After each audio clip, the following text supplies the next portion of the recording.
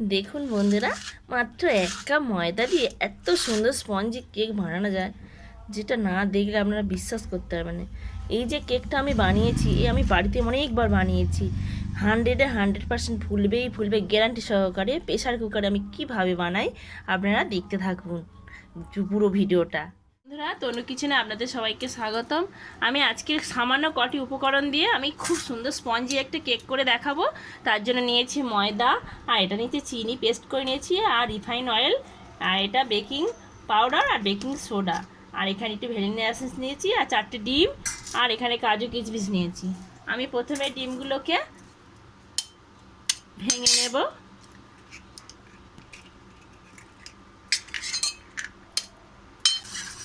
ডিমগুলো একটু ভালো করে এগুলো ফাটিয়ে নিতে হবে। যদি হাতে সময় না থাকে, আমার আজকে হাতে সময় নেই, আমি সেই জন্য এইটাকে আমি একার চিনির এই পেস্টটা করে নিয়েছি। এটা চিনি গোটা অবস্থাতেও করতে পারেন, আমার সময় নেই বলে আমি চিনিটাকে পেস্ট করে নিয়েছি। নিয়ে এই ডিমের মধ্যে ভালো করে মিশিয়ে নিতে হবে। ভালো করে মিশিয়ে নিতে হবে। রিফাইন অয়েলটা অবশ্যই দেওয়ার চেষ্টা করবেন। এবার আমি এতে রিফাইন অয়েল দিচ্ছি, পরিমাণ মতো দেবেন। আমি এখানে 1 বাটি ময়দার জন্য হাফ বাটি তেল নিয়েছি, 1 বাটি, আর 1 বাটি ময়দার জন্য 1 বাটি চিনির গুঁড়ো নিয়েছি। এটা ভালো করে মিশিয়ে নিচ্ছি। যতটা ফাটাবেন তত ভালো হবে, কেকটা স্পঞ্জি হবে, খুব সুন্দর হবে। ফ্রিজের ডিম নিলে একটু আপনারা গরম করে নেবেন, মানে বাইরে রেখে রুম টেম্পারেচারে করে নেবেন। ওটা ঠান্ডা অবস্থায় করলে কেকটা ভালো ফোলে না, সেই জন্য একটু 10 মিনিট বাইরে রেখে দেওয়ার চেষ্টা করবেন। নিয়ে এই যে আমি যেটা ফাটাচ্ছি, এই ফাটার কাজটা একটু সময় ধরে করবেন, একটু 5-7 মিনিট অন্তত এরকমভাবে ফাটাবেন। বিটার দিয়েও করা যায়, কিন্তু বিটার দেওয়ার থেকে আমার হাতে এই হাতা দিয়ে বেশ করলে ভালো হয়, সেই জন্য আমি ঘরোয়া উপকরণ দিয়েই করছি। আপনারা দেখতে থাকুন। এবার আমি ময়দাটা ধীরে ধীরে, একেবারে দেবেন না, ধীরে ধীরে মেশাবার চেষ্টা করবেন।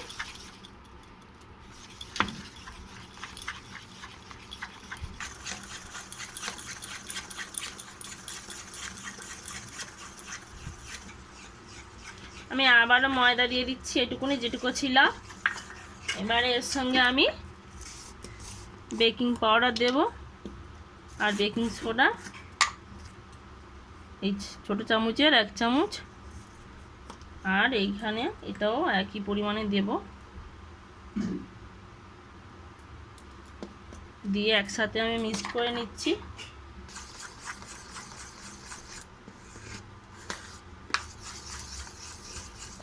দেখুন বন্ধুরা, একদম আমার ব্যাটারটা রেডি হয়ে গেছে। এই যে এরকমভাবে পড়ছে। এই যে যদি আপনাদের ময়দা কম বেশি লাগে, একটু সামান্য করে মিশিয়ে নেবেন। এই রকমই ব্যাটারটা করতে হবে। এবার আমি এখানে ফ্লেভার হওয়ার জন্য ভ্যানিলা এসেন্স দিচ্ছি। আপনারা অরেঞ্জও দিতে পারেন, যেটা ভালো লাগে আপনাদের সেটাই দেবেন। দিয়ে আমি এর সাথে মিক্স করে নিচ্ছি আবারও। এখানে আমি একটু রিফাইন অয়েল নিয়েছি, আর একটু সুন্দর গন্ধ আসার জন্য আমি এখানে একটু ঘি দিলাম। এই পাত্রটার মধ্যেই আমি কেকটা বানিয়ে দেখাবো। এতটা সুন্দর হয়, না করলে আপনারা বুঝতেই পারবেন না। আপনারা শেষ পর্যন্ত দেখতে হবে কেকটা কতটা সুন্দর হয় আমি দেখাচ্ছি। এর গায়ে যাতে না লেগে যায়, তার জন্য আমি একটু এই রিফাইন অয়েল আর ঘি মিক্সড করে দিয়ে দিচ্ছি।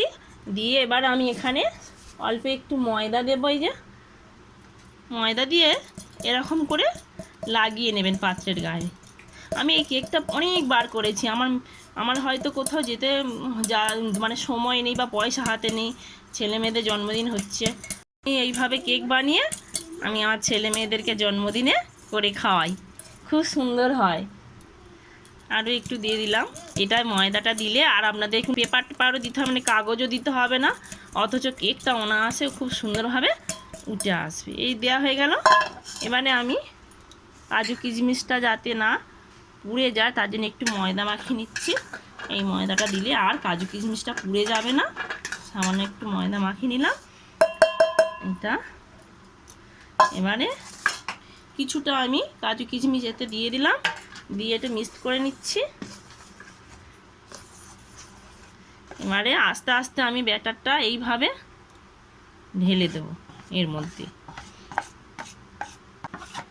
এবার আমি এইগুলো প্রেসার কুকারের মধ্যেই দেবো, কিন্তু এত সুন্দর হয় প্রেসার কুকারে, একদম 100% ফুলবেই ফুলবে এইভাবে বানালে। এই যে দিয়ে দিলাম।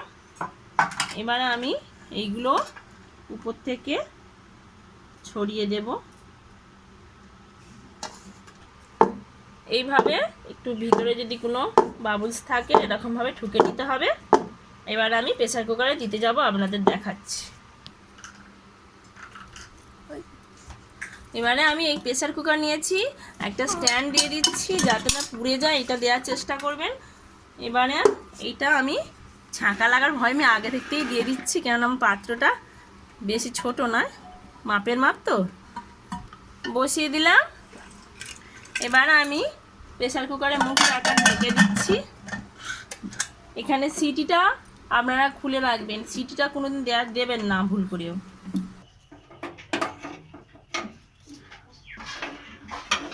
আমি জেলে দিলাম প্রেসার কুকারটা। 1 মিনিটের মতো আমি হাই হিটে রেখে দেবো, যেহেতু আমি পাত্রটা আগে থেকে গরম করিনি, আমি ঢুকিয়ে দিয়েছিলাম ভিতরের মধ্যে, মানে কেকের ইয়েটা আগে দিয়ে দিয়েছি তো, তার জন্য এটা 1 মিনিটের মতো হাই হিটে গরম করব, তারপর আমি লোতে দিয়ে দেব। আমার 1 মিনিট হয়ে গেছে, আমি এই আঁচটা ঠিক এরমভাবে লো আঁচে দেব। দিয়ে এই যে ঘড়ির কাঁটাটা আমার ঠিক 11টা বাজতে 15 মিনিট বাকি হয়ে আছে। আমি পাকা 1 ঘন্টা পরে আমার একদম পারফেক্ট হবে, তবুও আমি 50 মিনিট পরে আমি একবার দেখব। এইভাবে টাইম মেনটেন করে কেকটা বানাতে হবে, কিন্তু লো আঁচেই বানাবেন বন্ধুরা। ঘড়ির কাঁটা 12টা বাজে 15 মিনিট বাকি, আমি কেকটা নামিয়ে নেব। গ্যাসের আঁচটা আমি বন্ধ করে দিচ্ছি, আমি দেখাচ্ছি আপনাদেরকে প্রেসার কুকারের ঢাকনাটা খুলে।